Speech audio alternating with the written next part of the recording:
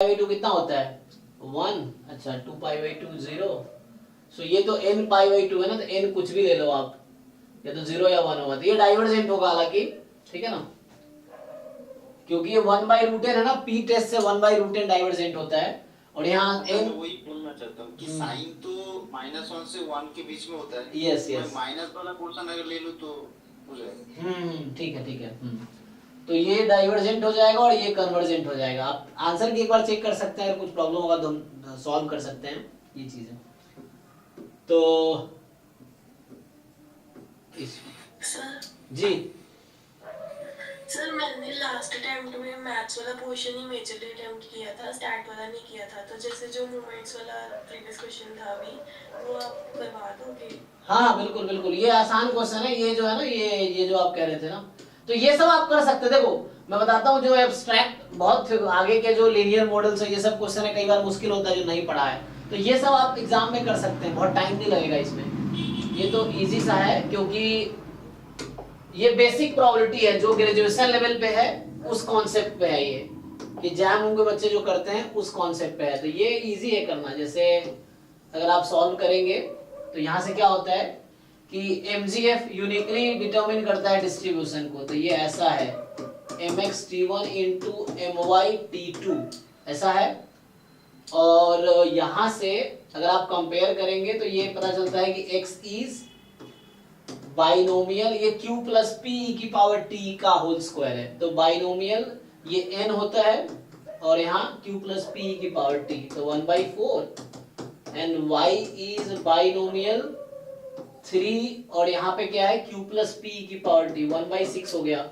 तो यहाँ x का जो सपोर्ट है वो होगा 0 1 2 और यहाँ से जो y का सपोर्ट है वो होगा 0 1 2 3, तो xy का सपोर्ट है। अब आपको ये प्रॉपर्टी निकालनी है कि x plus 2y more than 1 होगा, तो आप कॉम्प्लीमेंट ले लीजिए, बेटर है। सो 1 में यहाँ क्या आ जाएगा, x plus 2y less than equal to 1 हो जाएगी, इसका कॉम्प्लीमेंट लेंगे तो।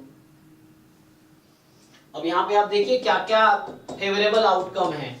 अगर दोनों जीरो हो जाए तो ट्रू आ जाएगा, तो दोनों जीरो हो सकता है।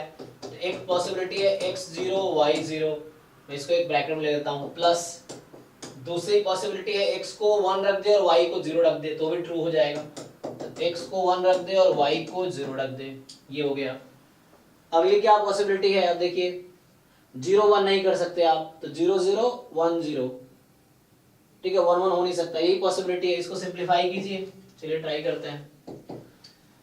सो क्या होगा 1 माइनस, डायरेक्ट करना लंबा होता है, तो x0 y0 दोनों इंडिपेंडेंट है, यहां से पता चल रहा है कि joint MGF is equal to product of marginal MGF, तो x and y are independent if and only यहाँ हो जाएगा।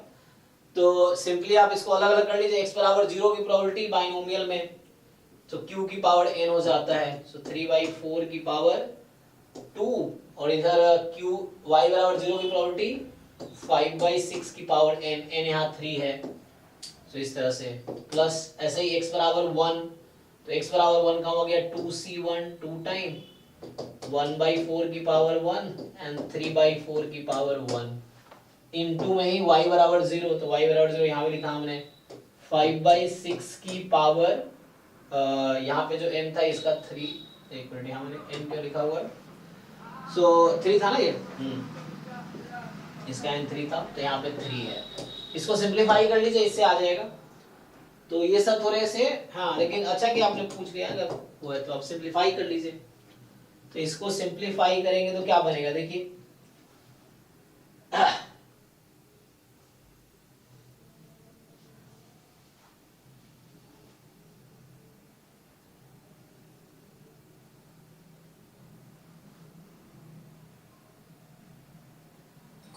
सर एक बार ये दोबारा बताना, 2 कैसे आया?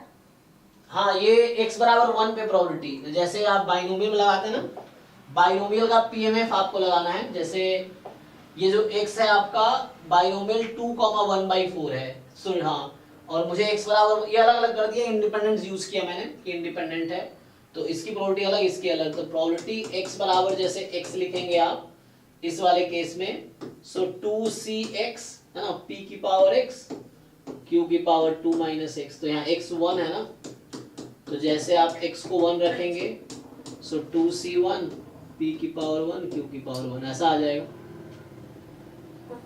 हाँ तो इससे अब p आपका 1/4 q ये है, तो वैसे कर गया 2c1 2 आ जाएगा, 2pq टाइप का हो गया।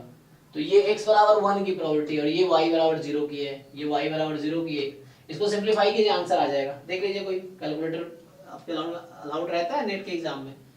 शायद वहाँ नहीं रहता ना? नहीं रहता। हाँ तो आपको खुद से कैलकुलेट करना होगा। ये 9 इंटू 5 की पावर 3 125, 16 इंटू 260। सर यहाँ पे इंडिपेंडेंट वाला कैसे मिला ऐसे इंडिपेंडेंट? जी जी, क्योंकि ये है ना, ये थ्योरम है xy t1 t2 is equal to mx t1 into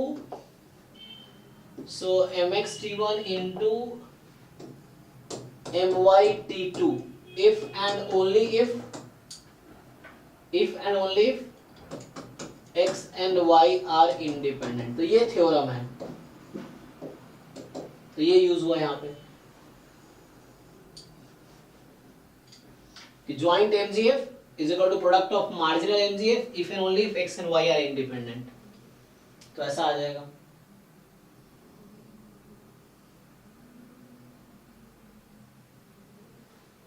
तो चूंकि यहाँ ये ज्वाइंट जो था प्रोडक्ट ऑफ मार्जिनल था, क्यों? t1 का अलग है, t2 का फंक्शन अलग है, तो इसलिए प्रोडक्ट है, तो ऐसा।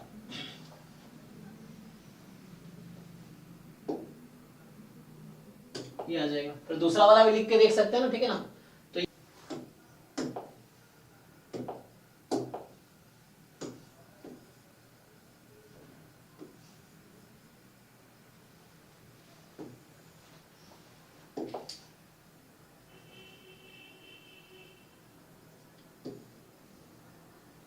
देखिए यहाँ पे जैसे मैं अगर बोलूं कि यहाँ पे जो xi माइनस 5 है उसका डिस्ट्रीब्यूशन क्या हो जाएगा? एक्सपोनेंशियल टाइप का बनेगा,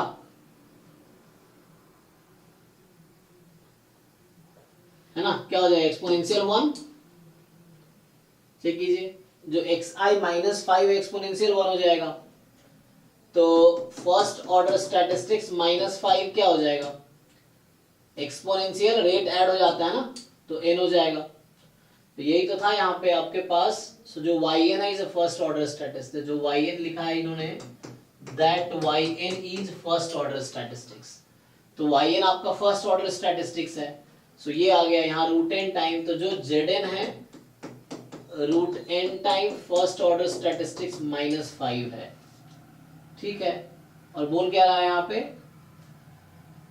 z जो है आपका स्टैंडर्ड नॉर्मल रैंडम वेरिएबल, तो कौन सा स्टेटमेंट ट्रू है? सो यहां से डायरेक्टली पता चल गया ना आपको, xi माइनस 5 एक्सपोनेंशियल n क्या है यहाँ पे? जब बाद में इन्फिनिटी लगाने, ऐसे कर लीजिए। yn जो है हमारे पास, सो yn कन्वर्जेस, तो yn माइनस 5 कहाँ कन्वर्ज करेगी? इन प्रोबेबिलिटी टू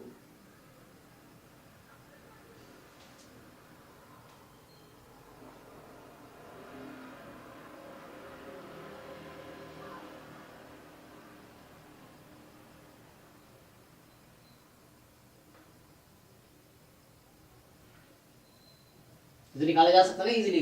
yn पुट कर दीजिए, yn क्या है? First order statistics, and first order अगर इसमें 5 घटा दूं तो ये एक्सपोनेंशियल हो गया, तो एक्सपोनेंशियल में ब्रेक कर लीजिए इसको, तो आ जाएगा। कैलकुलेशन है जस्ट, मुझे लगता है इसको कल कंटिन्यू करता हूं, तो अभी टाइम भी निकल गया है। तो आज हमने कुछ कराया नहीं, बस ऐसे पेपर ओपन कर रहे थे। तो कल मैं क्वेश्चंस खुद करके आता हूं, फिर हम लोग वो कराते हैं। कल सेम टाइम पे ज्वाइन करते हैं। कल मैं फिर आपको क्वेश्चंस इसी पेपर के मैं क्वेश्चंस पहले, हाँ कौन सा ईयर का सर? यही पेपर जो अभी कर रहे थे, इसका आंसर की है कि नहीं? यस सर, मैंने भेजा है ग्रुप पे। ठीक है, तो अभी ऐसा करता हूँ, इसका मैं सॉल्व करके आता हूँ, फिर हम लोग वो क्वेश्चन डिस्कस करते हैं जो सॉल्व करके आएंगे। ऐसे बहुत टाइम चला जाएगा ना करने में, जो सॉल्व करके आएंगे तो वो इजी रहेगा डिस्कस करने में, और फिर हम वैसा कर सकते हैं। Okay sir. हाँ पहले स्टैट्स से कर लीजिएगा डिस्कस, उसके बाद मैथ्स करिएगा। हाँ, स्टैट्स का पहले चलो स्टैट्स के क्वेश्चंस करते हैं, और फिर उसके बाद हम लोग क्वेश्चन, तो एक एक करके क्वेश्चन डिस्कस करते हैं, ठीक है? 1 बाय 1 कल करते हैं डिस्कस। तो इसके जो भी स्टैट्स के क्वेश्चन है उसको डिस्कस करते हैं। चलो कल मिलते हैं, अभी स्टॉप करता हूँ। Thank you. Thank you sir.